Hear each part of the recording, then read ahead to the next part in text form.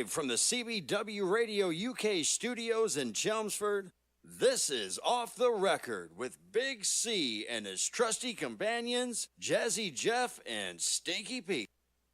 Yes, we're all here. The three amigos looking a bit downhearted with the Spurs at the moment. Gone to penalties, so we're trying to take our mind off that, and we're going to talk music. Are we not, guys? We are. Indeed. We are, yes. I like that. In unison, we are. How are we all?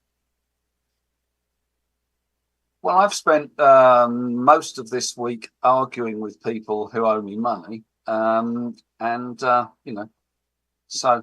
I Standard day sent then. a vituperative email this morning, which seems to have done the trick, and they've now come back and said, "Oh, you need to send this document and that document." And I said, "Why didn't you ask me for that 3 weeks ago when you actually owed me the money?" But anyway, what email did you say there? What email? You have to. Hey, what? You're gonna have to explain what that means. Vituperative. Vituperative. Okay. Look it up. I'll try. I'll try not to. Right. Okay. Jeff, and you're okay, yeah? I'm good, my friend. I'm good. Excellent. So we are discussing on Off the Record. Thank you very much, Shaggy, as per usual. This is episode 176. In season 7, it's episode 6, and we do these years regularly, whether it be singles, whether it be albums. And I was astounded that we hadn't done this one before, actually. I know we've done albums, because I know Stinky Pete is one of those that will say, as do many, that 1971 was the greatest year for the rock album. Is that safe to say, or just albums generally? No, albums generally. You've got Marvin Gaye, you've got Carole King, you've got a lot of people. Joni Mitchell, I suppose. Joni Mitchell, yeah. As well as the Zeppelins and what have you. All right. So singles we haven't done. So we're going to do singles from the year 1971. Now, I know you probably both got a little bit of an intro to this. Jazzy, what have you got first? Okay. So I was 10 in 1971. Yep. And a bit younger than me. A bit younger than you and a lot younger than him. Yeah. And if, in fairness, music before 1971 in our house, if my memory serves right, and I was only 10, was whatever Dad was listening to on the radio, which generally speaking was choral or classical, and a Saturday or Sunday morning with Ed Stewart or Uncle Mac or whatever was going on. And that was it. That's what we got. Black and white minstrel show occasionally on Saturday night, we watched that. But that sort of thing. 1971 dawns the era where Dad comes home one day with a record player. Oh. A Van der Molen record player.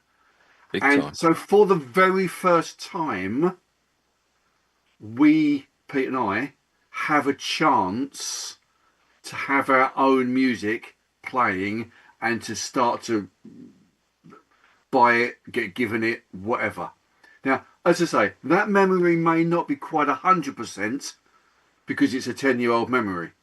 Yeah. But as far as I'm concerned, the singles in 1971 are the singles that set me on my way to understanding and liking music of my own. Now, a momentous year. When we got the Van der Molen, Pete and I were allowed, bless them, to buy a single each. You've got to love a parent, haven't you? And between us, they also bought one of the Top of the Pops remake albums, which was one of the worst things I've ever heard in my life. Grim. Was there a scantily clad female on the There sleeve? was. That was the only reason for having the album, in fact. It's either that or a James Last album, wasn't it, really? There was no scantily clad women on James Last. And Herb Albert ones. Sure, they were on James Whipped Cream and Other Delights. Do you remember that? Cream and Other Delights, yes. And the cream was in strategic places, as I recall. Sadly, it was. However, so what I've done this evening is to pick the songs from 1971 that I remember liking in 1971. So there's a plethora of songs that from that year that subsequently I've gone, that's a brilliant song. It was 1971. But these, the ones that I've picked 10. I mean, there's billions more that I've got set aside. Mm. But I've picked the 10 that I remember in 1971 going, I like this song. Bearing in mind I was 10. I like this song. And this song gives me something that I've not had before musically, because I've only had Dad's stuff, which was great and I still like, but it wasn't mine. Does that make sense? Yeah, it makes sense. Well, before you say what you've done, Pete, I'll just follow on from what Jeff said in terms of what I think of what I've done. Obviously, I picked songs that I love from the year, of which there was a plethora of songs, great songs in 71. But actually, for me, even though I'm a little bit older than you, only by a year or so, I would say for me, 71 was the last year, because 72, I was there. 72, I was there, listening to music and following the charts from 72 onwards. 71 is probably the last of the years that when I do these sorts of things that I'm actually looking back on historically. So there were one or two obvious ones that I remember. I remember, well, one particular I can definitely remember being played a lot. But on the whole, they're songs that I've sort of got used to after 1971, if you see what I mean. Which is maybe a little, maybe I'm running a year or so behind you then, Jeff, by the sound of it. This is only because of Dad's brilliance of creating bringing home a record player. Right, okay, that's cool. It's as simple as that. Well, presumably then, Pete, he brought the same record player into your house. Yes, remarkably, it was one of those weird things. Weird coincidences. I printed off all of the hit singles from 1971 to just remind myself of what was around. And then I chose an A list of 15 and a B list of 15. And I figured that between you, some of those were going to be on those lists anyway. The thing, but just picking up what Jeff said, 1971 was the year, and bearing in mind I was 14. So, but it was the first year that we had a record player, as Jeff said, to actually play stuff on. And as he rightly said, we got a single each. Weirdly, the single I got, which I shall talk about shortly, was released actually on my birthday, on my 14th birthday. So I don't know whether I got it on my 14th birthday as a present, because I happened to like it at the time, or whether I bought it later myself. But when I look down the list, then there's 2 or 3 singles which I own still, which are all from 1971. So it was definitely, Jeff's memory is right. It was definitely the year that we had a record player in order to buy singles. But that's half the story, because when I then looked at the list, I thought a lot of this, and it kind of is roughly what Jeff said, but a lot of this stuff I liked at the point in time.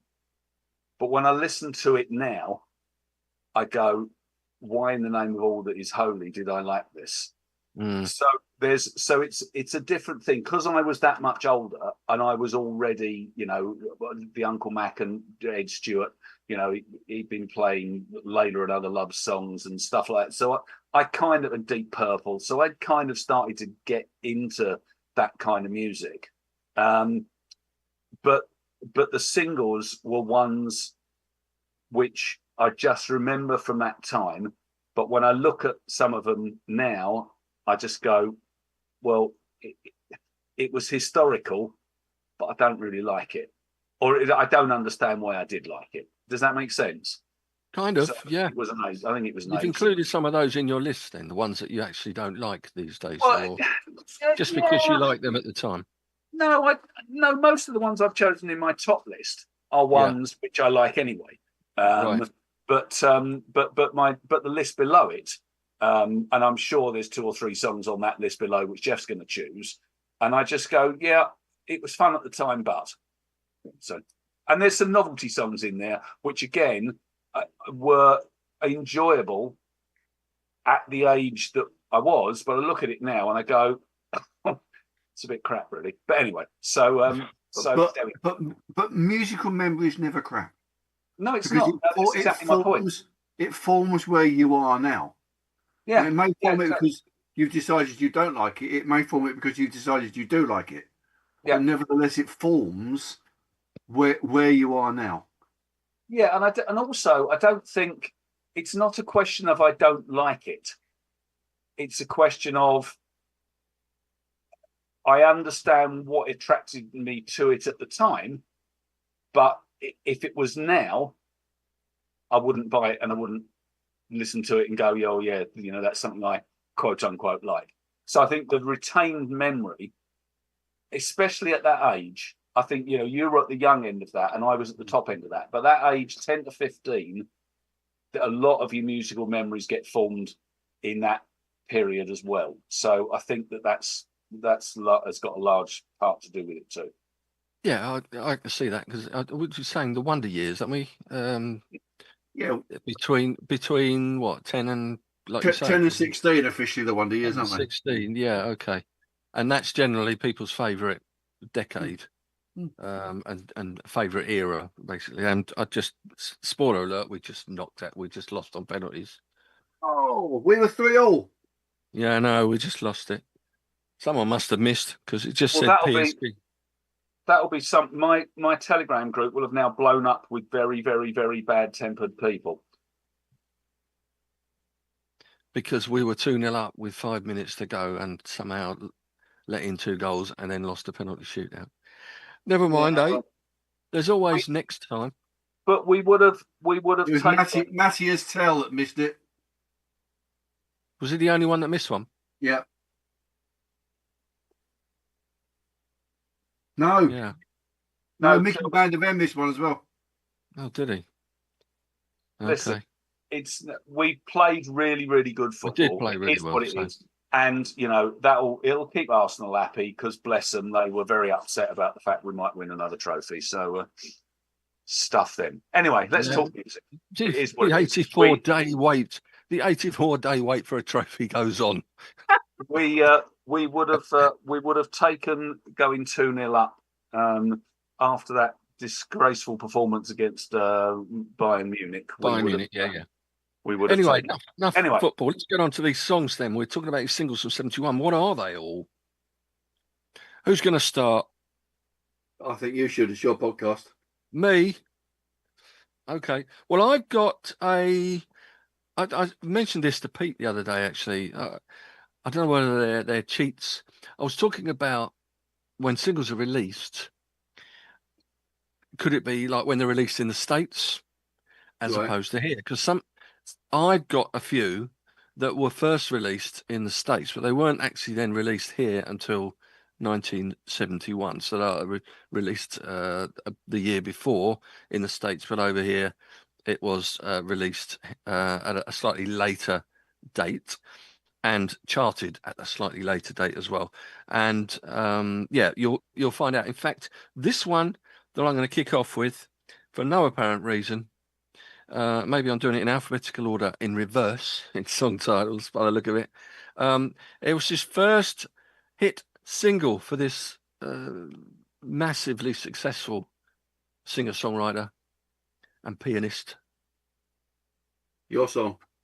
And it's your song.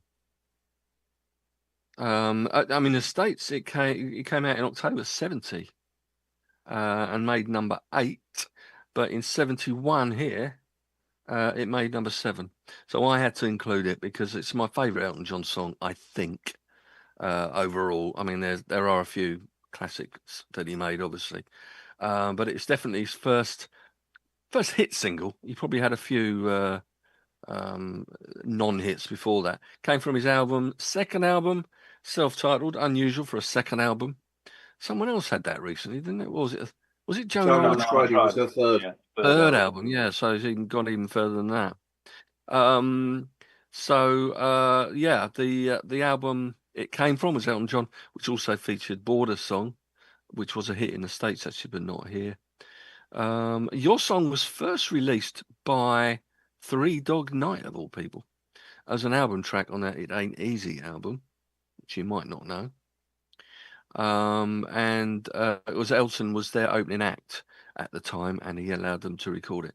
As with a few of these from my songs today, actually, Rolling Stone list has it at number 202.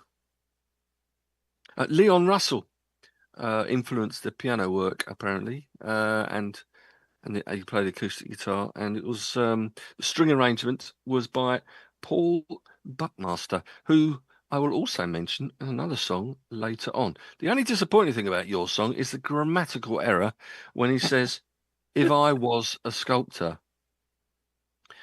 Elton, or Bernie, I should say, Bernie, really. yeah. It's Bernie, if I were a sculptor. But funnily enough, after he sings the line, he does snigger a little bit. Maybe he knows.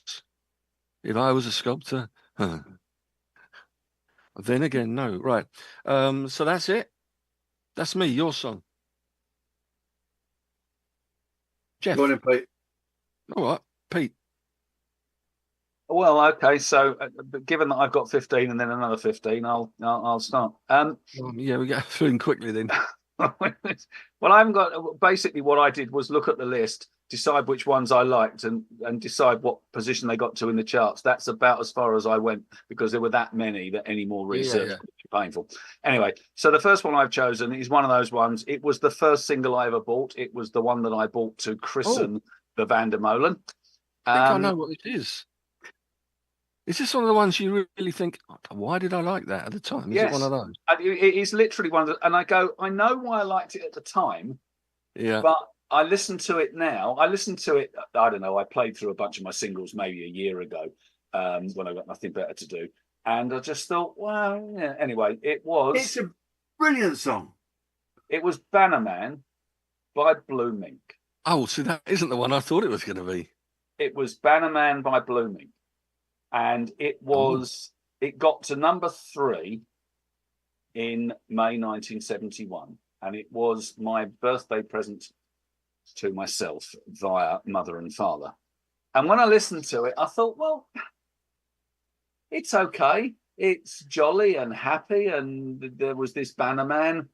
And it's the first single I ever bought. So it will always have a place in my heart as the first single I bought. Would I go out and buy it today? No, absolutely not.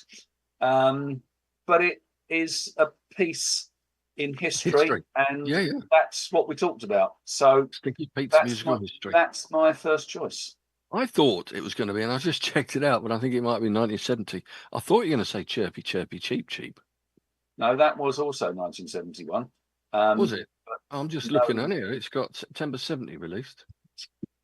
Not in the UK. Not in the UK. What? It was released? It was released in 71 in the UK. It was released in somewhere June 71. June 71 in the UK. Shall I tell you how I know this? Because it's on your list. Because it's on my list. Which I knew it would be. And it's on my circled blue list, which is my next list down. So shall I go there then? While we're go for it. Yeah. It was charted in June 71. It's not where I was going to start, but we might as well. So Chirpy, Chirpy, Cheep, Cheep, middle of the road. UK number 1 for 3 weeks, as you say, in May 71. Written by Lally Stott, who wrote a whole load of their other stuff for them as well, and a whole bunch of other people.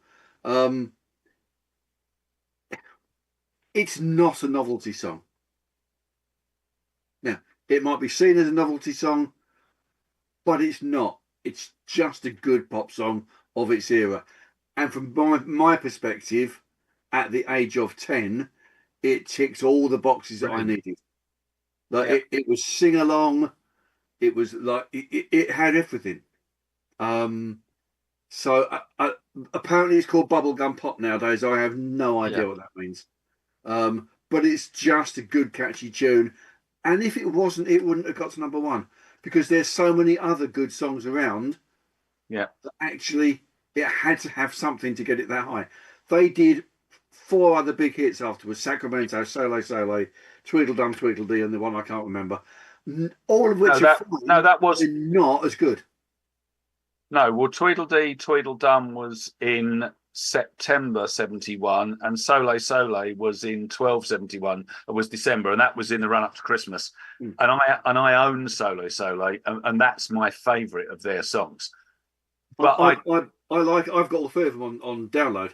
But But they don't have. Go on. No. What I was going to say was, but that's it. That's a classic example of the songs which were really important at the time, and they were sing along, bubblegum. Totally get that, absolutely. Would I go out and buy any of them now? No. But and that again is this whole thing about this point in time and why it's important. Did I love the songs at the time? Absolutely, I did. Yeah. But they wouldn't get made now. No, they because wouldn't. They're No, far too happy and far too ordinary to get made now. And written properly. And written properly. Yeah, when I was looking up Chirpy Chirpy Cheep Cheep, I was looking at it was originally released in 1970, but of course by Lally Stott, who you mentioned, Jeff. Yeah. So the original version was in September 70, and Middle of the Road was with Sally Carr in her short shorts. I remember her wearing short shorts all the time.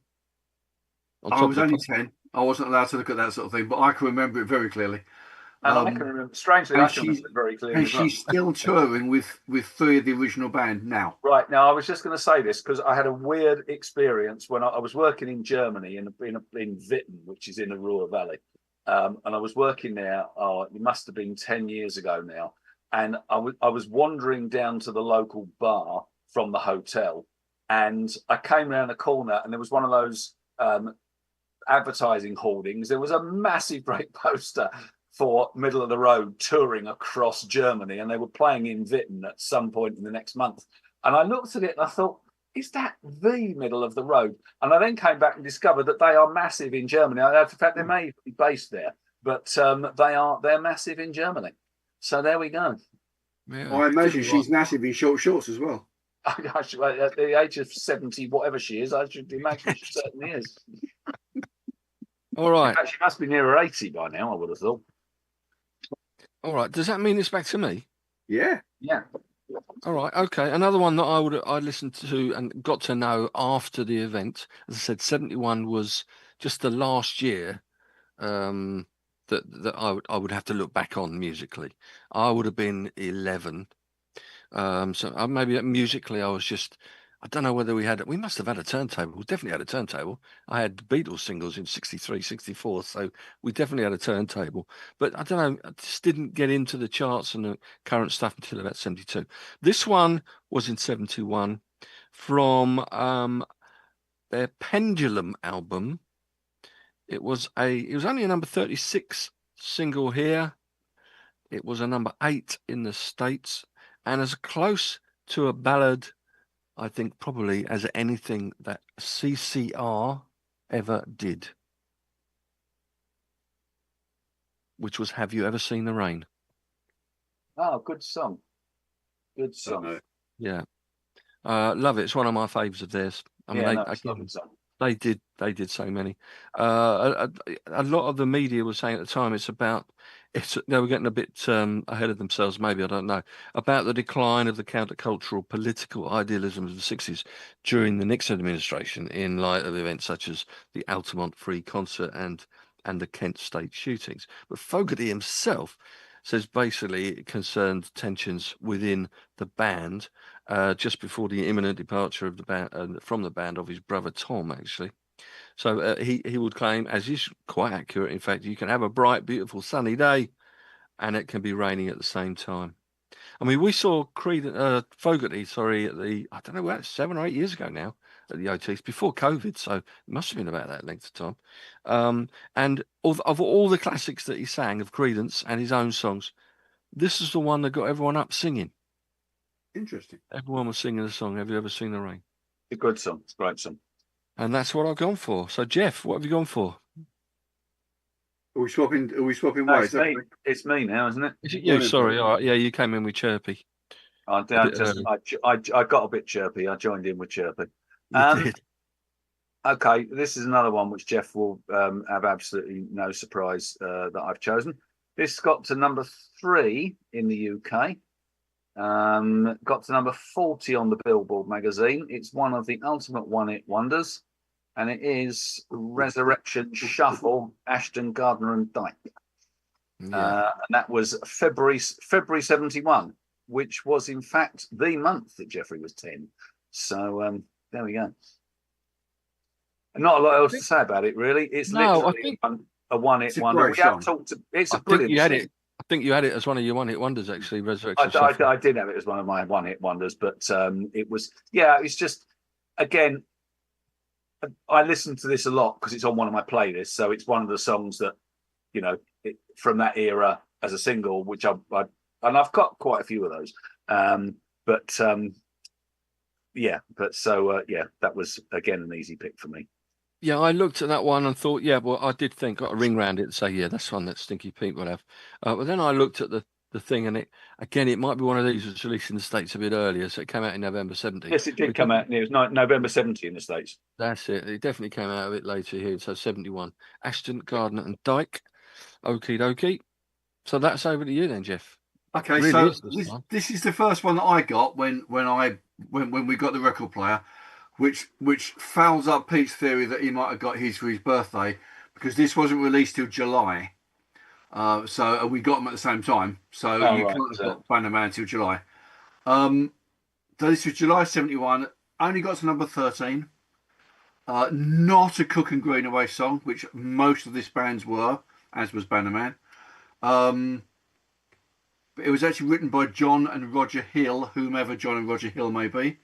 And even Wikipedia doesn't know who John and Roger Hill were. They're the Hill brothers. The Hill brothers, the Hillbilly brothers. And very unusually, not Tony Burrows on vocals, which he was for most of the of this band's songs as well. But a guy called Pete Nelson on vocals, and this is "When You Are a King" by White Plains. I was going to say, is it White Plains? Yeah, it is. Yeah. So I've got that down as a Jeff pick. Well, you would have, because it was the first. When we were told we could go and buy them, they're the two we bought. Yeah. And I still play it, and I still love it. I think it's a great song. I much prefer that to Bannerman, and in fact, it's got a good B-side as well, hasn't it?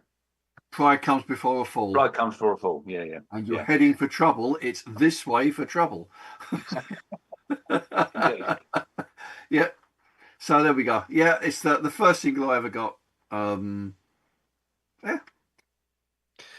Okay, it's just my first single that I didn't go out and buy. I don't remember what the first single I went and bought was. It must have been in 72 or 73 though. I know what my first single was, but that was way back in 63. Is it me again? Yeah. It's you again. It's me again. Right, now this one I did remember at the time. In fact, must have been the last year of primary school in Epping, St John's Road, Epping. You were in Epping today, weren't you, Jeff? It's not there. I've been Epping today. Yeah, it's not there anymore. It's not there. Sad times. Moved. Nothing to do with me, I'm sure. Griff Rhys-Jones went to that school as well, actually, funnily enough. Did you really? This was a song that I remember being played in assembly. Morning is Broken. Morning is Broken. No, Amazing Grace.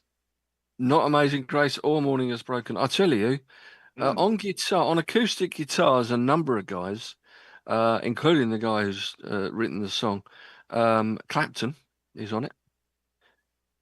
Two guys from Badfinger are on it, which is Pete Ham and Joey Molland. Peter Frampton is on it. Gary Brooker is on the piano. Bobby Whitlock is on harmonium.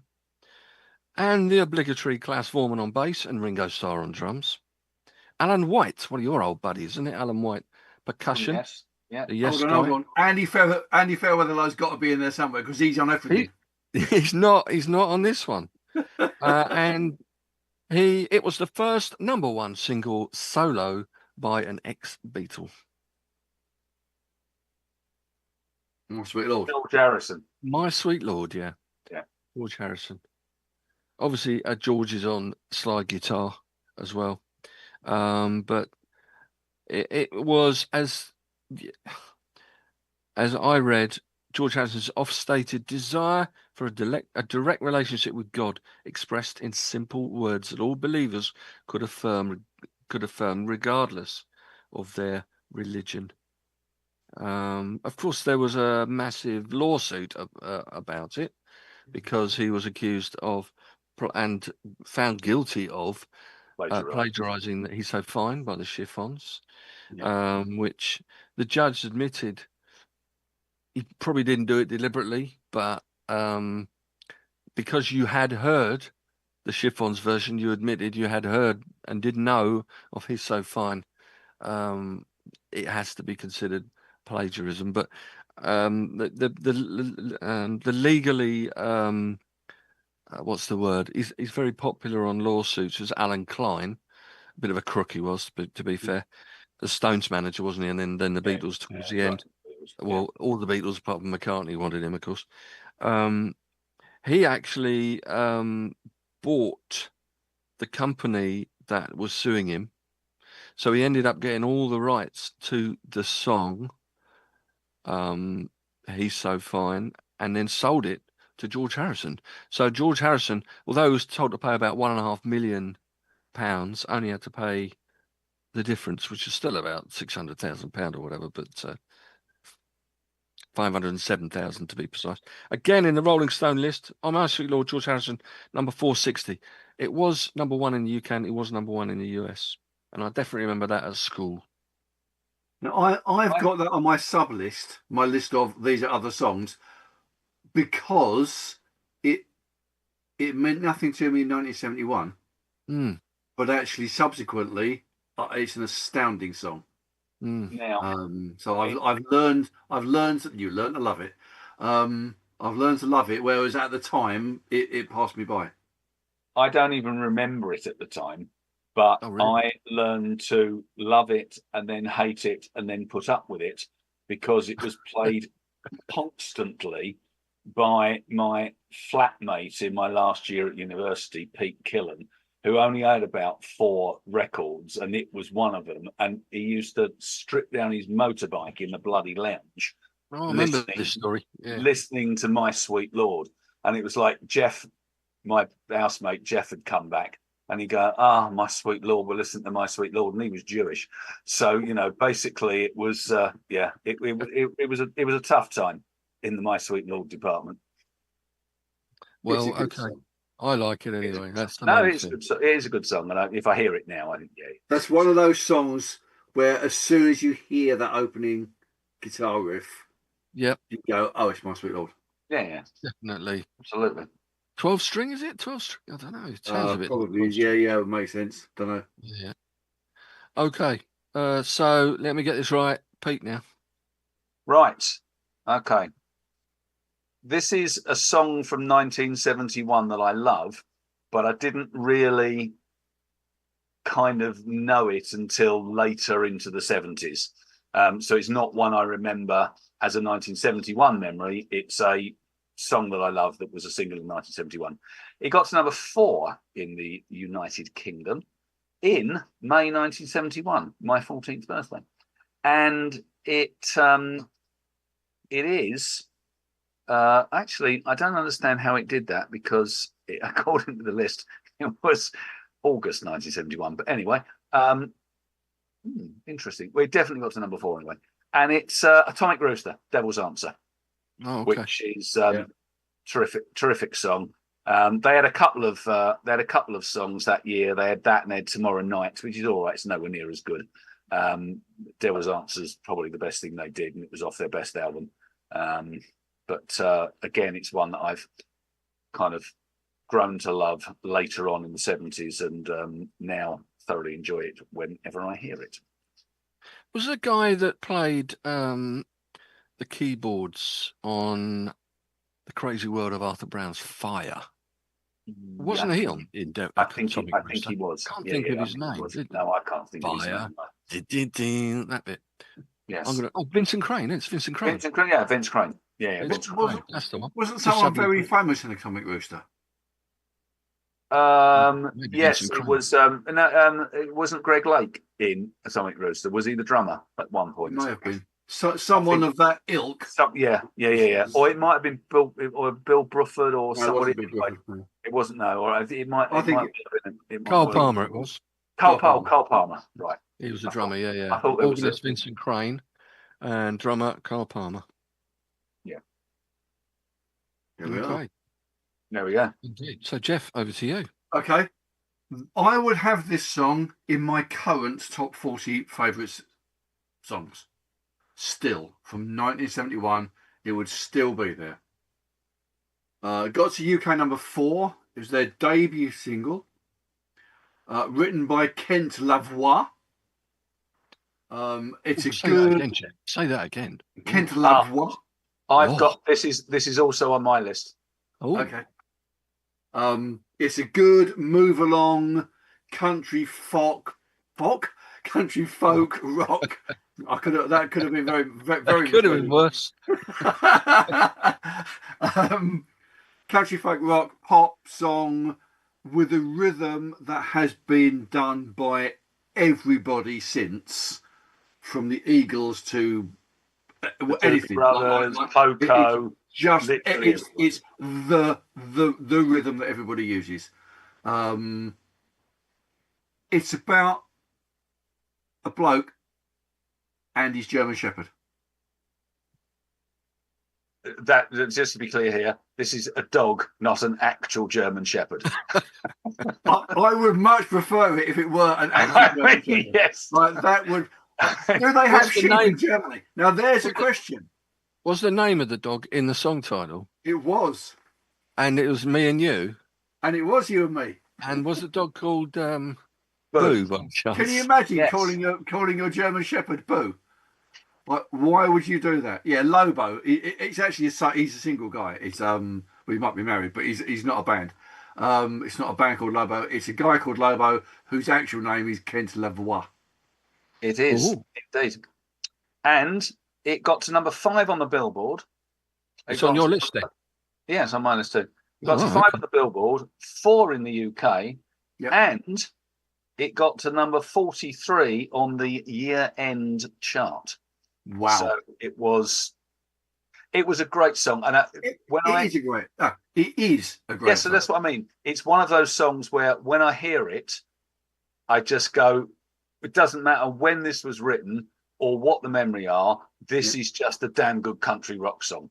Yeah. And even like the video that went with it, because it was basically him sitting on a flatbed Ford or some similar kind of thing with the dog. It was it was one of those iconic early videos, whatever they called it, accompaniments to the music. Yeah, almost like a cine film sort of video. Yes, yeah, exactly. Almost kind of like it had those flecky black bits in that you get on a cine film. But it was just a great song. It was just, and it was. I mean, the Eagles were kind of just crawling out the primordial slime at that time, so there wasn't really anybody else doing what that was. So it was really the forerunner to all of that kind of music. It was a brilliant. It very much was. So that rhythm is used in so many different songs. Yeah, absolutely. Yeah, great. He's song. American, is he? He is American, and he admitted, because it's all about trucking through different places, and of all of them, the only place he'd ever actually been to was Georgia. So all the rest of it he just made up for part of the song. Ah. I When you talk remember about the dog, I thought it's me and you and the dog. I remember to this day the bright red Georgia clay, how it stuck to the tyres after the summer rain. Will Power made that old car go. Woman's mind told me it was so. Another tank of gas and back on the road again. Bloody great song. Fantastic. You do love that one, don't you? Yeah, superb. I am going to choose it for tomorrow. Marvellous. I look forward to it. Because why wouldn't you? Mr. Lavoie. Mr. Lavoie. Kent Lavoie. Roland Kent Lavoie, it says here. Well, there we go. Right, Roland. Are you... Oh, it's me then. It's me. It's me. Okay. Another one of as I've said it on them all, but it's going to be most of them that I've got to love after the event. And this is another one, and it's a band that, although there's probably only 3 of them at the time, they're not their penultimate. What's the one before the penultimate? Is there a word for that? The one before the penultimate is called. It's called the one before the penultimate single. Penultimate. The penultimate. The penultimate. That'll be the Pre-penultimate. Pre-penultimate. Don't you sign those before you get married? Right. Well, it's a single that got to number 11. It was their 3rd last single as a band. That the members split and formed 2 other bands after, and it's by The Move. You know, Roy Wood is one of my favourites. Classic songwriter. He could write a pop song and Jeff Lynne was on it too. So this is this Tonight? This is Tonight. Yeah, good song. I'll be over tonight. But they also had Chinatown in 71. So I was and ahhing, but I just love the acousticy nature of Tonight. It's on the Harvest label. It's quite a progressive label, isn't it? Harvest. Very much so. Prog rock sort of. Chinatown wasn't top 20, was it? Or was it? Because that doesn't appear on my list of singles at all, and I've got living hundreds of them. Yeah, Chinatown. Yeah, maybe. I can look to see where it got to, but it was their 7th. Yeah, I think it got in the top 20. Chinatown. This is the 7th of 9 consecutive top 20 hits actually for them. It's a Roy Wood song. He sang the lead vocal. Jeff Lynne sang the lead vocal on the 3rd verse. But yeah, Tonight. It's not a lot to say. I mean, it's not particularly tricky song, no doubt, to sing or play. No, you're right. It didn't make the top 20. It was 23. No, I think most of the ones on my list were top 20. Well, that came out October 71, Chinatown. But I love that as well, actually. But I've gone for Tonight by The Move. So, November 1971, a song which I still love, by one of my favourite female protest singers. Only got to number 43 in the UK, which I was stunned to find because I remember it so well. I would have thought it was played a lot more than number 43 suggests. It only got to number 39 on the Billboard. But it is Joan Baez, The Night They Drove Old Dixie Down, yeah. Which is just a great song. I mean, it's classic Baez. It's a protest song. It's her being political. It's what she does. She still does it. I love her. And she's a real badass. And again, it's just a real memory of that era. And it's a song that, in spite of its provenance and in spite of what it's about, it's a sing-along song. You know, it's a great tune and good words. It written by Robbie Robertson. Yeah, it's on the band's on the band album. Yes, that's right. Yeah, it's on. It's on the Brown album, whatever it's called. Yeah, the band. It's just called the band. Oh, I thought it was on the music from the Big Pink. No, it was on the second album. No, I've got it on. And it was actually released as a single in '69. I noticed The Night They Drove Old Dixie Down, coupled with Up on Cripple Creek, which is another superb another song. great song. Yeah, it is. But yeah, Joan Baez took it into the UK chart. Joan Baez's songs are all slightly. She must stand a long way away from the mic. But they have sort of like this almost sort of live feel to them that is just slightly haunting. Which is what I love about it. Yes, I get that. I never got my Joan Baez album. Do you know that? We used to put Christmas lists and birthday lists with albums on them, and I wanted to come from the Shadows, and it was on there for about 3 years. And my granddad refused to buy it for me because it had got a man sticking 2 fingers up on the front cover, and apparently he and Mum didn't think that was appropriate. So and to this day, I've never got it. Well, also that title was open to interpretation, and frankly, in the 1930s, you don't want to be going there. So No, you're absolutely right. At that age, I did not want to be going there. no, Okay. I certainly can understand Grandad having nothing to do with that. Okay, Jeff. So this is a little bit strange because I remember this quite clearly at the time, but it was pre getting a record player, so it must have come from The radio. on the radio, or whatever. Yeah. So March 1971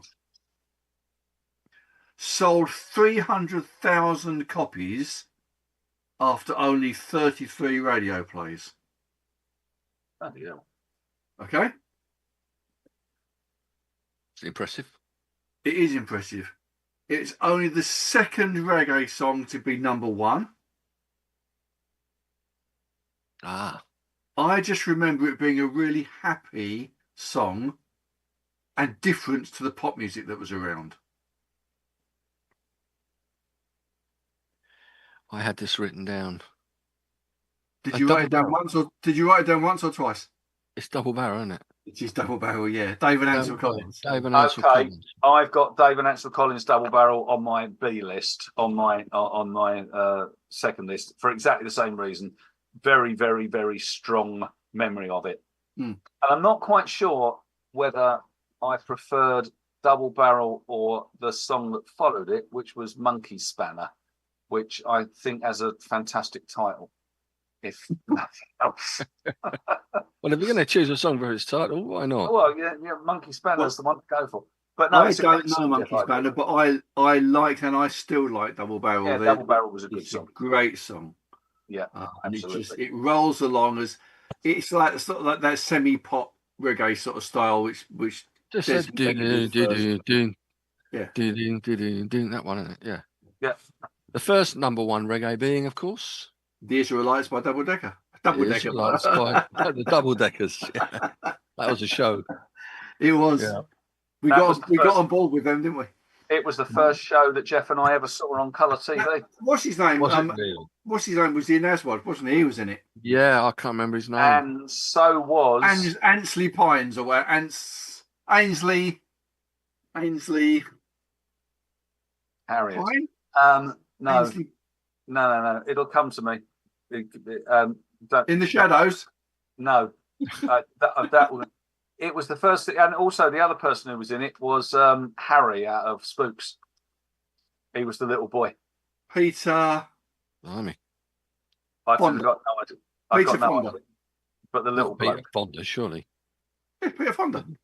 Peter No, Fonda? no, Spooks. Yeah, Peter Fonda. Was Peter Fonda in Peter Spoon? Fonda, he's bloody American. That's what I'm saying. No. Jane Fonda's brother, isn't it? No. Different guy. Different. Okay. All right. I'm sure it's Peter Fonda. It's not Peter Fonda. I can assure you it isn't Peter Fonda. Anyway, moving on. Good. Moving on Right. swiftly. David Ansel Collins.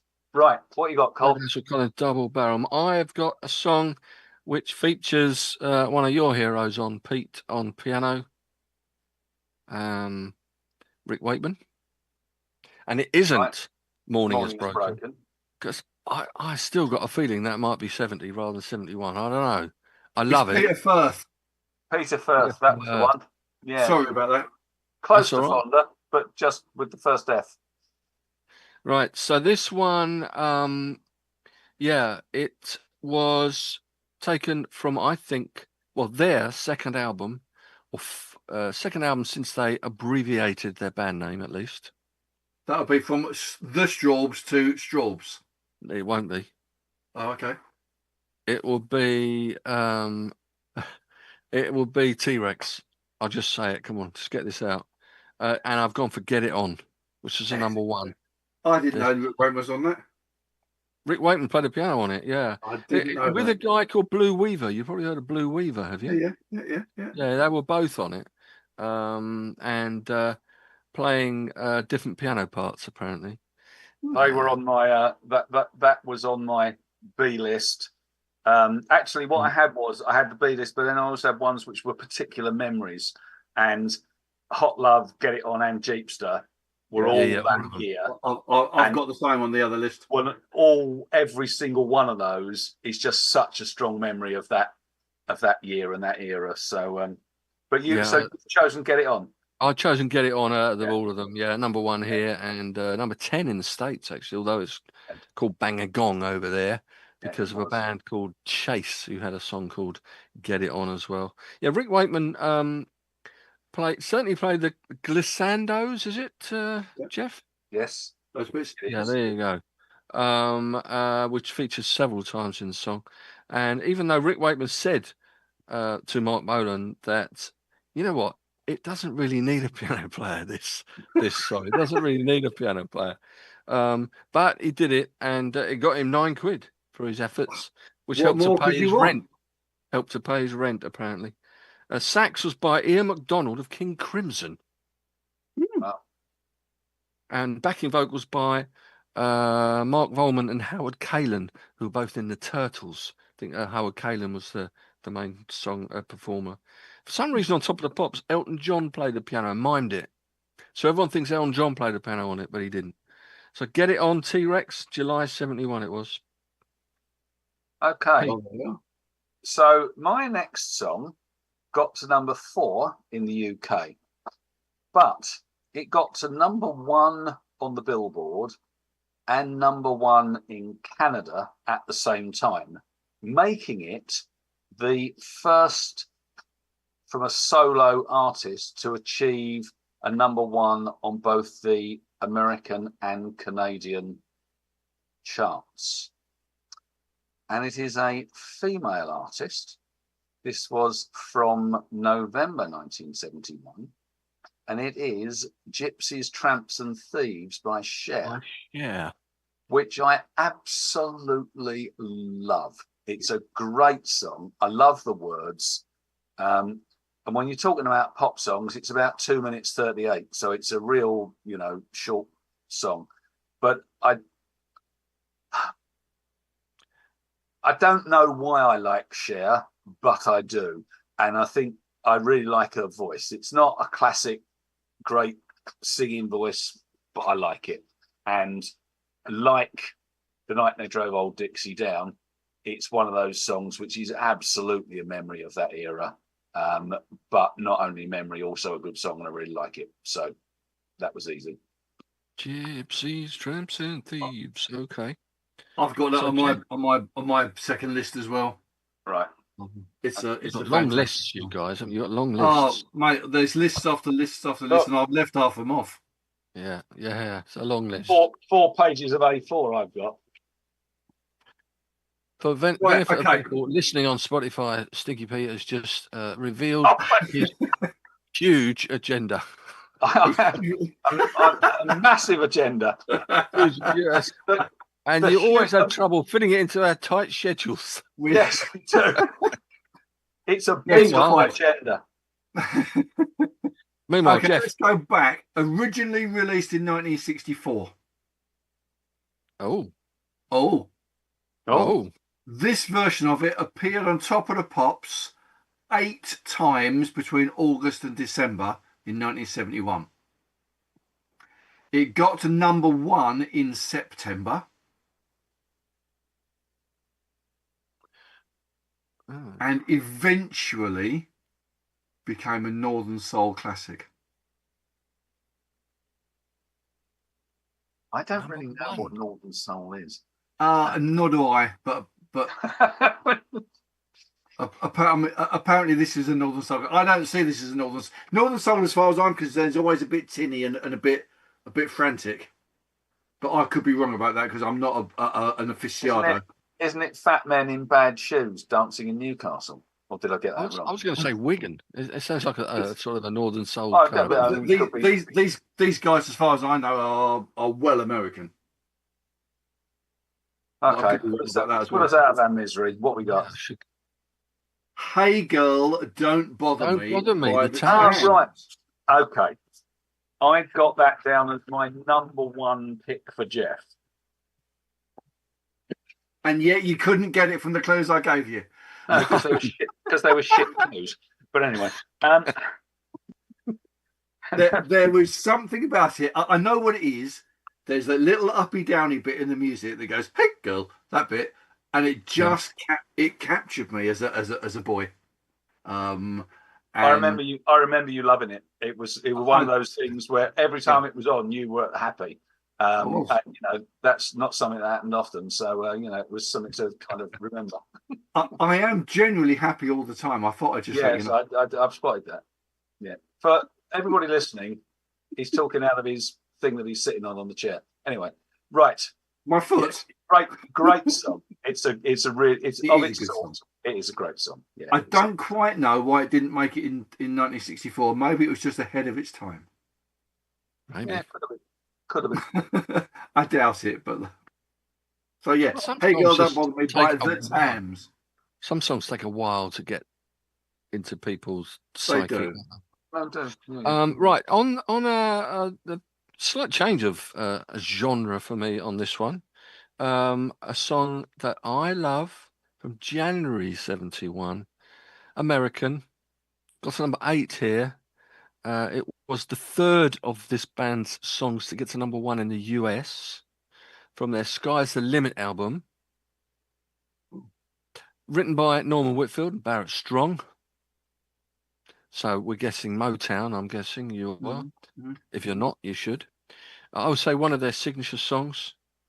And it was shall I just tell you what it is? Yeah. Okay. The Stones covered it on Some Girls, I think it was. It's the Temptations. And it is Just my imagination running away with me. Running away with me, yeah. Yeah. I think it's a great song. And it was the first to feature Eddie Kendricks as the lead vocalist. He left during, well, not during the recording, I guess. He might between the recording and releasing of the song for a solo career. And Paul Williams left the band as well. He retired for health reasons. So and he did the little solo bit in the bridge, the low bits that comes up. Another Rolling Stone song, 399. In the latest one, so it's covered by the Stones, the full orchestral arrangement with strings and French horns, and one of the few ballads Temptation singles actually, and it was the first of theirs for a good 3 or 4 years, I think, that wasn't based in psychedelia in any way, but just my imagination, running away with me, Temptations. Cool. Me done. Okay, so I'm going with a song that got to number 4 in the UK, and it has been described by music journalists as, quote unquote, one of the crucial singles of the early 1970s. And it is absolutely one of my very favoritist things ever. And it is Backstreet Love by Curved Air. Okay, I was just going to look at my list of ringed songs that I thought you'd have. That's one of them. I have Sonia Christina's autograph twice. I love her to bits, and I really like Curved Air. And that is one of those songs which I could listen to time and time and time and time again, and do. And when I get my Spotify wrap at the end of the year, Curved Air is always in the top 10 played songs. So I must like it. And you won't be requesting it tomorrow because you're not around, are you, for a couple of days? I might be around for 2 or 3 hours in the morning, so I might just put 3 or 4 in just early doors, and then I've got to leave about 10, 11:15. All right. Okie dokie, Jeff. Who's it? My go. Okay. It is. Well, we might as well do this now, might we? Because one of us is going to bring it up eventually. October 1971, UK number 1. A well documented about a relationship with an older woman. Ranked 130 and 500 of all time. John Peel pretending to play the mandolin, actually played by Ray Jackson out of Lindisfarne. And I never know whether it's Rod Stewart or Rod Stewart and the Faces, and I don't care. And it's Maggie May, and it's a great song, and it always was, and it always will be. Yeah, and that is on my list too. And it's on my list too, so that's good. That covers all 3 of us. That means it's on your list 3, because that makes anyway. Yeah, indeed. It's on my main list here. Maggie May, definitely number 1. It was number 2 in the year-end chart in both the US and the UK. Well, so I don't know what top number 1. I know what number 1 is in America. because I haven't included it because I didn't like it in 1971, but I absolutely love it now. What is it? Joy for the World. Three Dog Night. Ah, okay. Interesting. Jeremiah, who was a bullfrog, was the biggest Yes. seller of 1971 in the States, or it was like mad. Oh, okay. Interesting. Well, anyway, yeah. I mean, you can't argue with Maggie May, can you? What a tune. Well, you No, could, but the good old Perfect. days.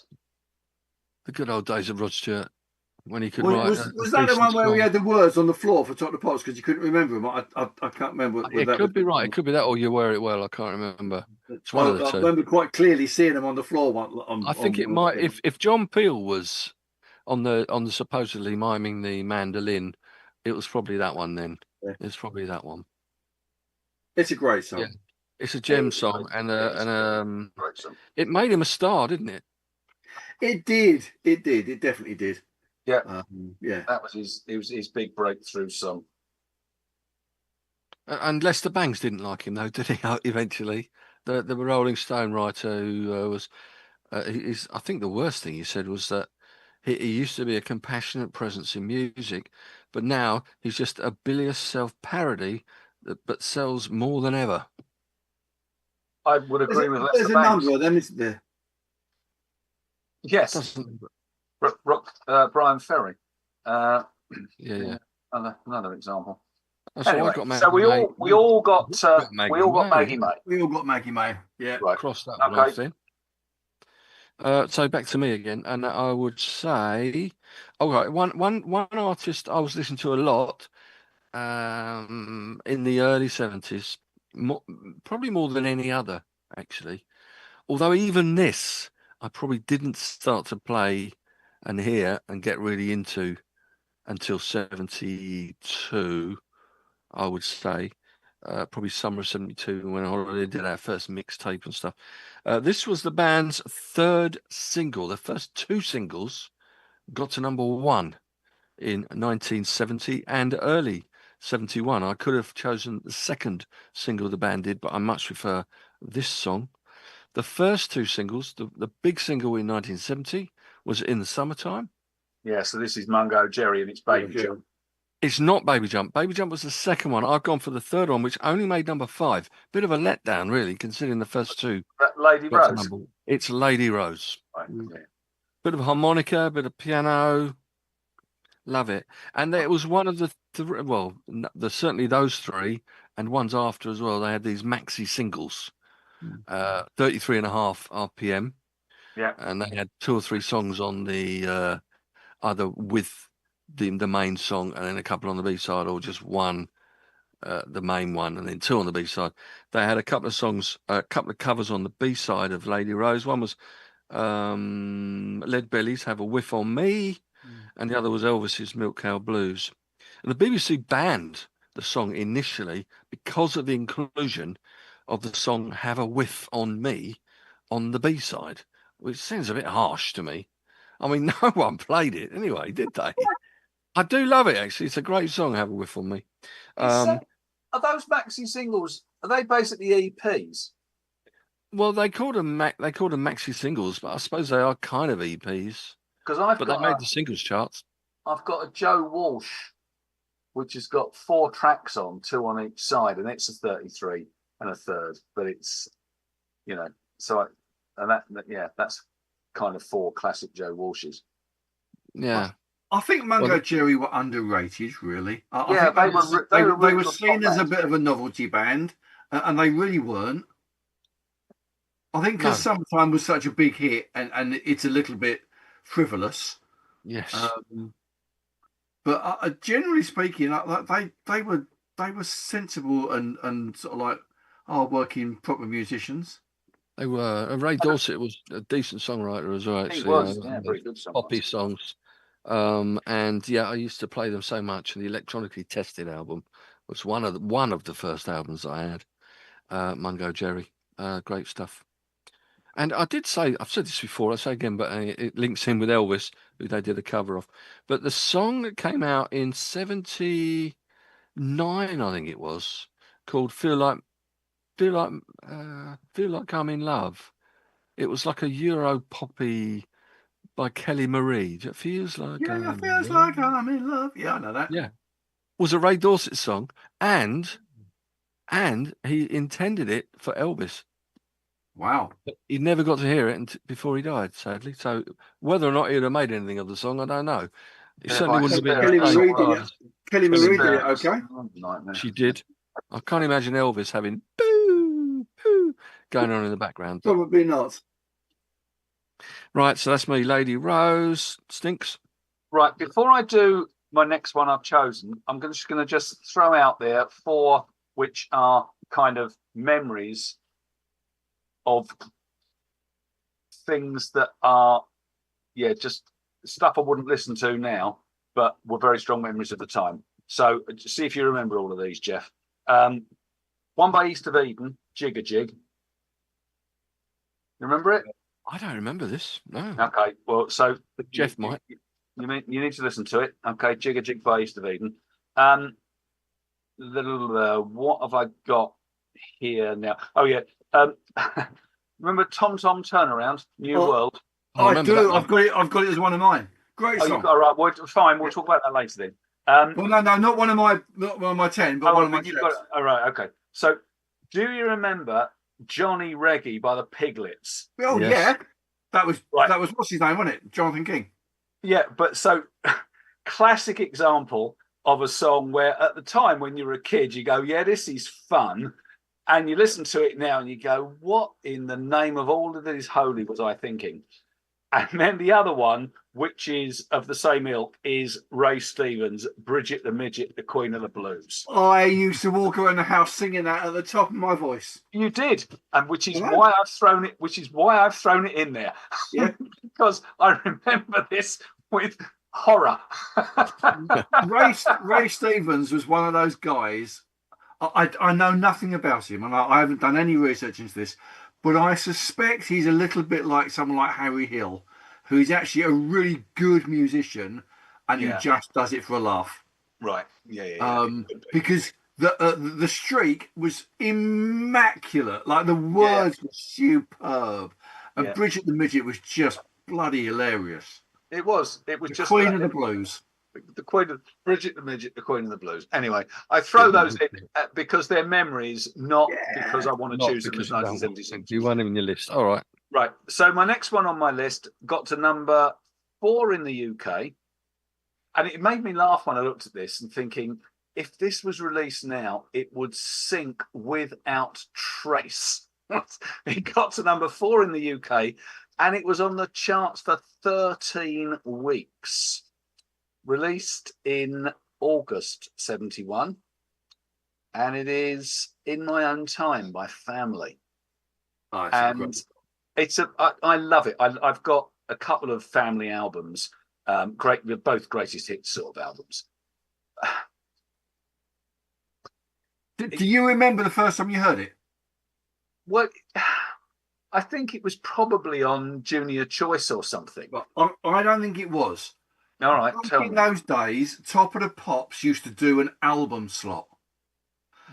What they would have one song per show from an album, which was whatever, and In My Own Time was on that album slot, and I think that's when we first heard it. You may well be right. I don't remember that. All I remember is that a couple of my mates at Buckerstill were massive Family fans. I can't even remember. One of them was a nutter. I can't remember his name now. When you listen to Roger Chapman's voice, you go, well, you'd have to be a bit nuts to like this, wouldn't you? But it just works. It's one of those voices where it's not, it's not a great voice. It really isn't. But it just works in the context of the kind of stuff they did. And I think it's a great single. There was that Weaver's Answer and whatever the other big hit single was. They sort of had 3 in roughly the same time period. But I loved it. So that was an easy choice too. Sounds a bit like he's being strangled when he sings. Yes, and it's like that. Yes, that's the one. Yeah. Exactly like that. Yeah, he does. Okay, from the ridiculous to sublime. How's that? Does that work? Yeah, go for it. Okay, this is a sloppy, heartfelt, pining soul pop Motown love song. Got to number one in August 1971 and was only released as a single because Tony Blackburn played it so often that EMI, who worked for Motown in this country, agreed to release it as a single, and it subsequently got to number one. When was it released? August 71, it got to number one. I'm thinking number one's in 71. I don't know. Was it Diana Ross? It was Diana Ross. Was it I'm Still Waiting? It is I'm Still Waiting. Oh, On the I now, still he got it. shoots, he scores, I still got unlike it. half the Spurs penalty takers. Yeah. Can we not go there? Because we were brilliant tonight. And it's just very, very annoying. And Diana Ross, I'm Still Waiting. It's smulchy to the nth degree, really. But it has, for me, it just has a memory that I guess it was like I was a young boy, she was a young girl. That they were talking about, all that sort of thing. The girl next door falling with the boy next door, and all that sort of stuff. Wasn't their first solo one, was it? I don't think. Oh, I don't think it was. Well, I don't think it was. But interestingly, on my undercard, I've got some Supreme stuff because Nathan Jones was a hit that year, and I thought that was their first. I thought that was their first hit, but no, I think Stone Love was. But then also the Supremes and the Four Tops did River Deep Mountain High. Well, that's a great song, and that was all 1971. So it was kind of like that era where Diana Ross and the Supremes split, but they kept on doing great music, individually. Yeah, first one was Reach Out and Touch, apparently, somebody's hand. Right, yeah. Then she had Ain't No Mountain High Enough, which was sung by Marvin Gaye and Kim Weston, was it, in the 60s? Kim Weston. And yes, Remember Me and Surrender, they all came out before. Yeah, they did. All came out then. And only got number 63 in the States. I'm Still Waiting. Well, it wasn't supposed to come out. It was an album track off whatever album it was. Yeah. And Tony Blackburn picked it up and said, this should be out, and it was. He knows his stuff, doesn't he, Tony Blackburn? And he's brilliant in the jungle, apparently. He was. He won the first one, didn't he? I'm not a great Tony Blackburn fan, to be perfectly honest. Shall I tell you what used to annoy me most? He had that dog in the background all the time. Arnold. No, I like his dog. We've got a dog here at the moment. I love a good dog, but not on the radio. No, and he's just pressing woof woof. Yeah. They don't have a great radio voice, I don't think. Get down, Arnold. Right, okay, so Diana Ross, and I've got a song that was released in January 71 here. Whether or not it was a bit earlier in the States, difficult when you're in January, it's 6 or 1/2 dozen or other. And if I told you it was number one in the States, didn't chart in the UK, actually. It's a Chris Christopherson song. Me and Bobby McGee. Me and Bobby McGee. That will be in my top 40 as well, in case you care. By Janis Joplin. Ah, no, see, I don't like her version of it. You've got it. I prefer Chris Christopherson's own version. All right, I don't know whether that was 71, to be honest. I don't know either, but it's just a lovely song. Oh, it is a great song. There's a great live version with the Highwaymen. They had Waylon and Johnny Cash and that's not on my list at all, isn't it? No. Yeah, Pearl. It came from Pearl, and it was only the second posthumous number one single in the States after Otis Redding, Dock of the Bay. Correct, which was in 68, which got to number one as soon as he died. And this was recorded by Janis Joplin days before, about 3 days before she passed away. And Chris Christopherson didn't know. Were they an item at the time, or was that, I don't know, cast aspersions? Don't know. But he didn't know that she'd covered the song until after she died. In fact, first time that he heard it it was on the day after she died. Well, I just love it. But it's I'd a probably great love Chris song. Christopherson's version as well. It's a great song. So like, It is a great song. I like Chris Christopherson's versions as well, but obviously being a massive Janis Joplin fan, then I prefer hers. But Okay, that's me done again. right, Getting back to through me these, then. aren't we? Yep. Okay, so I'm going with a song that entered the charts on the 22nd of May. It was kind of in the charts for 14 weeks, May, June, July. Got to number 4. One of 2 hit singles that year by this particular gentleman. And this particular gentleman is South African.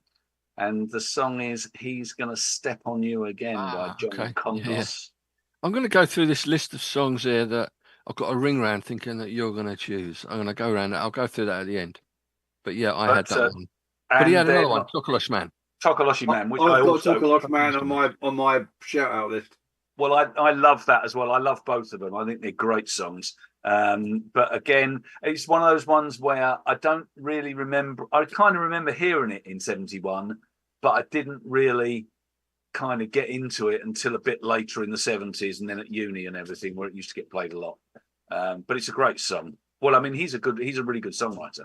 So, and doesn't his kid now? Haven't you played some stuff by his son? I have. Well, Yeah. it's not just his son. I think there's 4 of them. Oh, 4 is there? brothers. Right, I so think it's like they're a family band thing. I think they're just called Congas. Right. But okay. if you listen to They've got them, an album called Folk Music. who Congas? Yeah, is that right? Could be. Oh, I'm looking up John Congas now. I might be wrong about that. Congas, but they sound just like the dad. Do they? No, I mean, yeah, and he's got it's not a unique voice, but you kind of know who it is. It's I mean, I just think he's a good songwriter. Both of those songs are terrific. So. Dylan, Johnny, Jesse, and Daniel Congas, a South African American band. They're called. And there we go. I might have to play one of them again at some point. Okay, so he's going to step on you again, which of course was covered by Happy Mondays, which I'm sure you weren't so keen on. It was covered by the Happy Mondays. Yes, I quite like that. You're twisting my melon, man. You're twisting my melon. Twisting my melon, man. Come on, twist that melon with your next one. October 1971. People get this without batting an eyelid. Got to UK number 2. 21 on the Billboard. Huh? 21 on the Billboard. No idea. I don't look the other side of the pond, really. Sorry, Tim.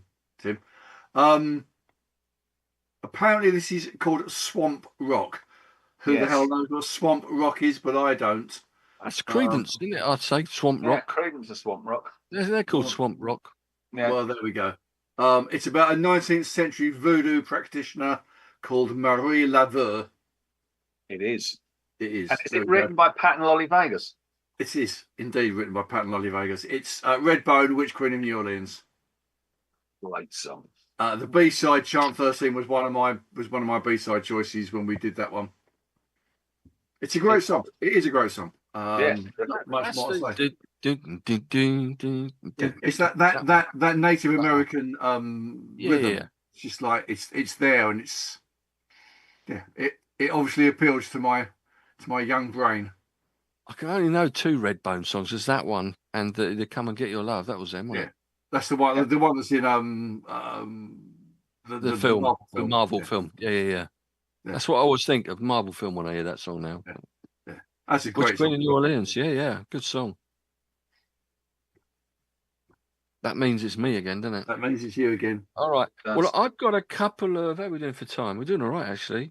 Yeah, we are. I've got a couple. Yeah, arguably cheats. One was definitely released, and if you think of this song, you think 1971. At least one should do, because that's when it first came out on its album, the same named album in 1971. It was released in the States. It got to number 3, but it wasn't released as a single here, actually, until 1975, when the compilation album Shaved Fish was released, and I bought that. This is a John Lennon, is it? This is John Lennon, and it's Imagine. And you've got to think of 71. You don't think of 75, do you? You don't think of 81 when he got to number one when he died or whatever. I think of 1971, and it was first released in October 1971. And yeah, the best-selling single of his solo career. It's not on my list. The only one is Power to the People, which was Yeah, that's nowhere near as good. Nowhere near as good. But as you know, a world without materialism, without borders separating nations, and without religion, controversial for many, I think, along the way. But yeah. And you mentioned one of these actually recently. I can't remember which one it was, Pete. Where the U.S. National Recording Registry or the Library of Congress put it in because of its cultural, historical, or aesthetic significance or something. I can't remember which song that was. This one's gone in as well. Oh, interesting. And all those things you got to imagine. And it's ironic that it's impossible to imagine a world now without Imagine. And I don't know where it's one of those that you hear a lot and people don't like because of it. It's a very good song. I mean, whether you agree with the sentiment or not, it's a very good song. This is one of these. It's one of these things that I was thinking about it again this morning when you were playing your album of the day, which was pronounced Lynyrd Skynyrd's. And I was thinking, when I was growing up, like when I was 13, 14, 70, 71 and getting into my music, there was no Stairway to Heaven, there was no Freebird, and there was no Dark Side of the Moon. And now I think about that and just think that's weird. Because they are so eponymous that you just go, I can't imagine a world where those things were not there, but they weren't. So yeah, it was just reminding me when I was with Zeppelin and Pink Floyd, of course, it's because they never have any singles, did they? Really? No. But I mean, it's just. But it was just this whole thing about some music has become so much a part of your life and so much a part of your history that actually going, there was a time when I liked this stuff, but none of this existed. Yeah. And it just kind of. Oh, right. Sorry, I see what you mean. So it's still to come rather than it's exactly. around. You just didn't hear it. Yeah, exactly. So you're kind of sitting there in 2025 and Stairway to Heaven's been around since 1971. But in 1970, it wasn't. No one had ever heard Stairway to Heaven. They hadn't written it. And it's just kind of like a weird thing because it's just so much part of popular culture. Everybody knows Stairway to Heaven. Anyway, it was a 1971 album. But anyway, I was just musing on this subject. I'll stop now. And I'm going to throw in a quick one as well, along another cheat almost really. Although this came out again in the US in October 71, same time as Imagine, funnily enough, and was a number one over there. It got to number one here too, but it wasn't released here until 1972, March, April time. And I couldn't not pick this, even though it's a cheat, and that's Nielsen, Without You. That's a good song. Beautiful song. Didn't know it was 1971. Well, here it was 72, but then Nielsen Smilsen album was 71. That's a fantastic album as well. Yeah, it's a great album. Right, sorry to interrupt you there. Go on. No, it's fine. Okay, so this got to number 7 in the UK. It was a big hit in Europe and Japan. It did absolutely nothing in the US. And it is the theme song from a 1970 movie depicting the 1864 Sand Creek Massacre of the Cheyenne Indians by the Soldier Blue. I was going to say Shaft. It's not that. Soldier Blue. Buffy Sainte-Marie. Buffy Sainte-Marie, yeah. I love that song. Again, it's one of those ones which it's on one of my playlists. I play it regularly. Partly, I absolutely love Soldier Blue. It's a fantastic film. It's a brilliant piece of work. What's interesting about it is, just a side note, it's nothing to do with the music. But when you look at it, it's massively violent. And you kind of go, this is a Sam Peckinpah movie, but it isn't. Because at the time that Soldier Blue was being made by an English director, by an American director, or the other way around, Sam Peckinpah was making, was it the other way around? Deliverance. Anyway, so they were both kind of being made at the same time. And you kind of could flip and go, well, actually, that looks like it's a Peckinpah movie. It's not. It's someone else. But it's absolutely fantastic. It's a great film, and it is a great single. I love Buffy St. Marie. I think her voice is really interesting, and she's been a real spokesperson for Native Americans. And I think maybe that was one of the reasons it didn't do anything in the States at the time. I don't know, but it could be. But it's a great It's a great song. Really, really good words. And if you haven't seen the film, it's a tough watch, but it's brilliant. Okay. Jeff. Before I go into my last one, I picked of my 10. Yeah. I was going to pick two songs, neither of which I did, because they were actually both released in 72. Sorry, they were both charted in 72, even though they might have been released in 71. Yeah. So I didn't pick Have You Seen Her by the Shy-Lights, which I absolutely adore. And I didn't pick Baby I'm a Want You by Bread, which I also absolutely adore. Yeah. Because they both didn't chart until 72. So I decided not to cheat because I'm like that. Unlike me, I put them in. I'll put them in. If we did a 72 again now, I'd have it in that as well, some of these. But of course you would, and rightly so. If we do a 72, I'll have You Seen Her, because that is just... Yeah, I think we've done a 72 before, so... Well, yeah, so that won't I'd love to do another one, actually. We could probably fill it out with more songs, but yeah. Okay. I'll make no apology for this. This sounds promising. You already know what it is. This was the Christmas number 1 in 1971. Oh, I know. Yeah. Benny Hill. Ernie. For reasons that I do not understand, David Cameron chose this as one of his 8 Desert Island discs. Now, at the time... He's made some pretty crappy decisions in the past. Well, he has made some... Yeah, not least of which was to join the Conservative Party. But there we go. At the time, I absolutely loved it. I know it's still word perfect. It's very clever. I mean, it's written like it was written in 1955. Did you know that? I didn't. Oh. So it was written in 1955 as a parody for the US country songs. So Benny Hill wrote it as a sketch to parody the Jim Reeves type 1955 country songs. Really? So that's what it was all done for. And he used to be a milkman. Benny Hill was a milkman in Eastleigh, back in his early days. So he sort of based it on all that sort of stuff. It's just British 70s comedy humour. It's oozing with double entendres and innuendo and the whole lot.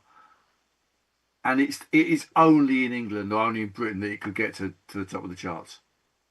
In those days, I don't think it would do it now, but in those days, it was. But it's catchy, it's funny, the words are clever, and we go back to what Pete said earlier. Would I buy it now? No. Would I admire it now? Probably, because as a piece of poetry, it's a piece of humour. Do I love it for the memory that it has for me? Absolutely.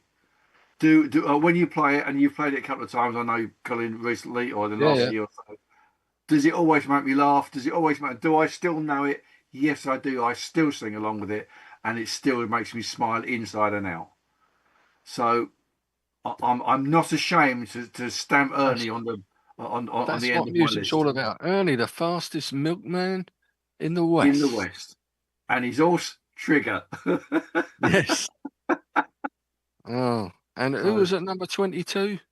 Or was it number Lily. 22? I can't do it. Actually, I no, can't do it. put you on the wrongly. spot now. No, He's you all probably alone don't- in Lily Lane at number 22. Number 22. Yeah.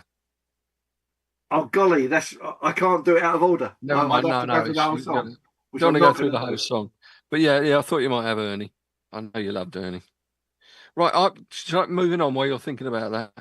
I've got, I think a couple of obvious ones which I think Well, probably should choose. A But lady I've got known one as that- Sue. Sue, her name was. Oh, okay. Yeah, it was. So and she lived at number 22. She did. Sorry, carry on, Colin. That's all right. Right, what I could have had, and could well do in like a top 12, 13, whatever. Brown Sugar. right, that's one of my. I've got 3 left on my A list, and that's one of them. Yeah, Brown Sugar, number 2 here, number 1 in the States. Mainly a Jagger song. Again, controversial. First single on the Rolling Stones record label with the tongue and stuff. Ian Stewart on piano, Bobby Keys on tenor sax. He got around a lot as well. He did. Overshadowed by its provocative lyrics, and they've stopped singing it now live, I believe. And it's stopped being played on the radio. So Yeah, and this except on CBW radio, of course. shoved in a box. But it was the lead single from Sticky Fingers. It was the lead single for Sticky Fingers. It had a couple of songs. They listed all 3 tracks are listed in the chart. Yeah. Actually, Bitch And Let is It Rock. also, and the Chuck Berry cover "Let It Rock" from live in Leeds, I believe, in 1971. A fiery version of it, I would say. And the other one, Changing the Mood completely, and it was the only UK hit version of "You've Got a Friend." Which is also on my list. It's James Taylor. Yeah. And Got again, to I've got all of those. I've got all of those on my whatever list. Reserve list. Yeah. Both I could have of You've those Got a are on Friend. my A list. All right. So one other then I'm going to quickly throw in then, which no one will have for me, no doubt. Hang on, James Taylor.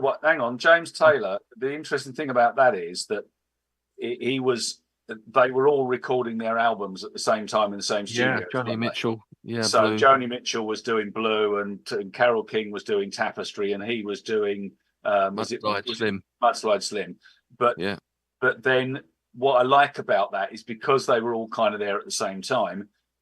His version of "You've Got a Friend," which is obviously a Carole King song, Joni Mitchell is on backing vocals. So you've got that kind of coming together of those 3. And it's interesting, isn't it? I love James Taylor. I've got his greatest hits album. He's a really good songwriter, and he's very, very good in West Wing, by the way. But of those 3, he's probably the weakest. You know, when you think about how good he is. Carole King. Well, Joni Mitchell, Carole King, and James Taylor, he's kind of number 3, isn't he? Not in my book. Well, yeah, but okay, no, it's personal, but for me, for you, I personally, I would have him above Joni Mitchell. Actually, I think so would I. Joni Mitchell's voice is one of those that it's some great songwriting again, like Dylan. Really, it's a little bit bland. Well, I think she's the female Dylan. Well, yeah, that's fair enough. Anyway, it's just an interesting bit about. It's odd that they both played the same time. I mean, it wasn't released, the Carole King single. Certainly over here. I don't think it was in the States either. No, but it got to his version got to number 4 here. Yeah, and it got to number 1 in the States. And one line of it, of the song, which was "I've seen lonely times when I could not find a friend." The inspiration for that was, ironically, the James Taylor song "Fire and Rain," and a lyric from that. Interesting. And I'm going to quickly throw this in. Just say it. It's McGuinness Flint, and their second single got to number 5. It's "Malt and Barley Blues." Yeah, I've got that on my list. I didn't choose it, but it's on my list of things that came out that year. With Tom McGuinness from Manfred Mann, Huey Flint, who was the drummer with John Mayall and his Blues Breakers, who's on the one with Clapton, I think. Yeah. And of course, multi-instrumentalist Graham Lyle and Benny Gallagher. And they were 2 factions in the band. the first two I mentioned, and Gallagher and Lyle, the first two wanted to really concentrate on touring and performing, whereas Gallagher and Lyle were more into their songwriting and recording. So yeah, they sort of just separated. But yeah, not a very, again, not a very complicated song, but I just love it. And if they start knocking, some it's of the just the best blues ones. talking. They got the Malt and Barley Blues. Yeah, Malt and Barley Blues from McGuinness Flint. Right, Right. I've got one more, but I'm just going to chuck a couple of others in because Go on then. yeah, interesting. We've mentioned one before. CCS, Tap Turns on the Water. Yeah, Yeah. brilliant song. That was a 71, Alexis Corner. You've got a couple of big, deep purple, Strange Kind of Woman and Fireball. They're both 1971. You've got Free, My Brother Jake. You know, another a classic single of its sort. You've got the theme from Shaft, which I think that one earlier, which we've mentioned. Carol King's "It's Too Late," another great song. Yes. You know, it's just basically And Blackwater Jack.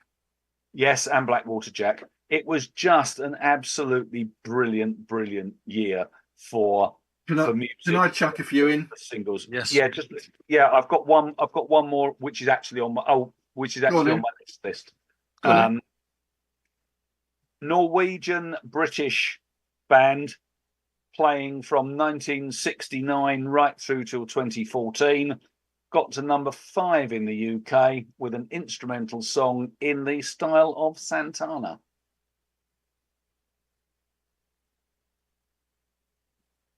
Very deliberately and willfully in the style of Santana. Oh. I didn't know they were Norwegian British. I just assumed they were British, but they're not. They're Norwegian and British. I don't know, instrumentals. It's not CCS, is it? No. Sultana, Titanic. Never heard of it. What, Titanic by Sultana? No. I've got the single. It's one of the ones I own. No, don't know it. I don't know it. No. How odd? Well, you're going to have to play that tomorrow then, aren't you? Oh no. I'm gonna have to find out if it's on something. Yeah, I can get it. Right. Okay. Let me just chuck these in because I'll hear the end of it if I don't. Number 1, when my wife was born, knock 3 times on the ceiling if you want me. Twice on the pipe. The answer is no. The answer is no. I'm surprised, Colin, you didn't put I Hear You Knocking, Dave Edmunds. Yeah, I thought again that was that 70 or 71? Yeah, Rose Garden, fantastic song. One of the top 90 or something. I read this top 90 songs ever played in the States or something like ridiculous. Lynn Anderson, American Pie, 1971. Yeah. Tammy Home Country Roads.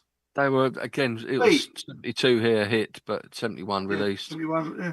Although he's not cheating. He's not cheating. Don't Let It Die, Hurricane Smith.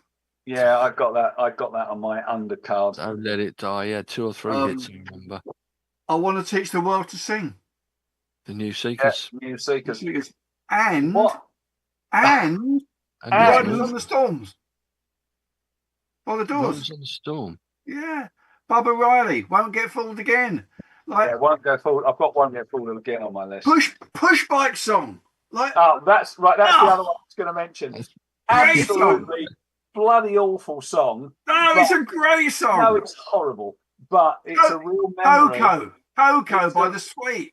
It's a real memory of some of the girls that we were knocking around with in the youth club and everything, being into the Push Bike song and going, yeah, all right, love. But I was never a fan, but I saw it was on the list and I thought, well, it's certainly a memory. Not a good one, but it's a memory. The other one is Ain't No Sunshine by Bill Withers, which really... And again, all of these songs are ones which I've learned to love. Rose Garden, I absolutely adore. But in 71, it meant nothing to me. I didn't know it. Well, and of course, there's another 1971 song which now literally everybody in England knows and sings all of the time. Every time there's a sporting event. Sweet Caroline. Sweet Caroline, yeah. Yeah. Was that 71 as well? That was 71 as well. Yes, it was, yeah. I got it on my list here, yeah. Yeah. Well, okay. Oh, there's so many. On my long list here, I put songs that I thought you might choose, Pete. Again, it's some that you might choose as well, Jeff. Now, whether or not they were 71, 70, 70 into 71 or end of 71 into 72, I've got ones that I thought Stinks might have. Resurrection Shuffle, which you did have. We've Only Just Begun. Redneck Rats. Yeah. Carpenters. Oh, that's backwards. No, is it? Is that? Yeah, Redneck Rats. Oh yeah, Carpenters backwards. You did love it. And I've got Double Barrel. Actually, was that one that you picked, or was that one of Jeff's?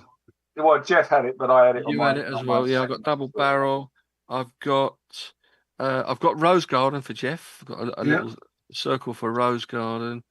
Now I've got a little circle for Jeff here. Rosetta. Oh yeah. Georgie Fame and Alan Price, of course. Alan Price, yeah. Brilliant song. I didn't know that was 71. I've got Joy to the World for either one of you, actually. I've got Chirpy Chirpy Cheap Cheap down. I've got Gordon Lightfoot, If You Could Read My Mind. I thought that might be one that you're more likely to go for, Jeff. Yeah. I've got In My Own Time. Move On Up. Curtis Mayfield. Oh, no? Really? It's on my massive long list, but it wasn't one that I. Backstreet Love, which you did choose. It's Too Late. Night They Drove Old Dixie Down. I've got these for Stinks. I've got Riders on the Storm for Stinks, but you didn't choose it, but Jeff mentioned it. I've got Life is a Long Song, Jethro Tull. Yeah, well, I thought that's not. I mean, I know it. It's okay. It's not one of Jethro Tull's greatest songs, so I didn't bother choosing it. Didn't bother with that. All right. Tired of Being Alone, Al Green. Yeah, I don't like Al Green's voice. Is that allowed? All right. Okay. Don't tell Neil Don't that. tell Neil. I know. He'll throw rocks at your head. I've got Ernie for Jeff. I chose Tokoloshi Man, actually. Yeah. Rather than He's Got Step on You Again. I was close. Shaft, I thought you might have. Yeah. This is another borderline one on the edge of the year. Horse with No Name. Was actually released in December 1971. Was that 70 though? Was that 70, 71?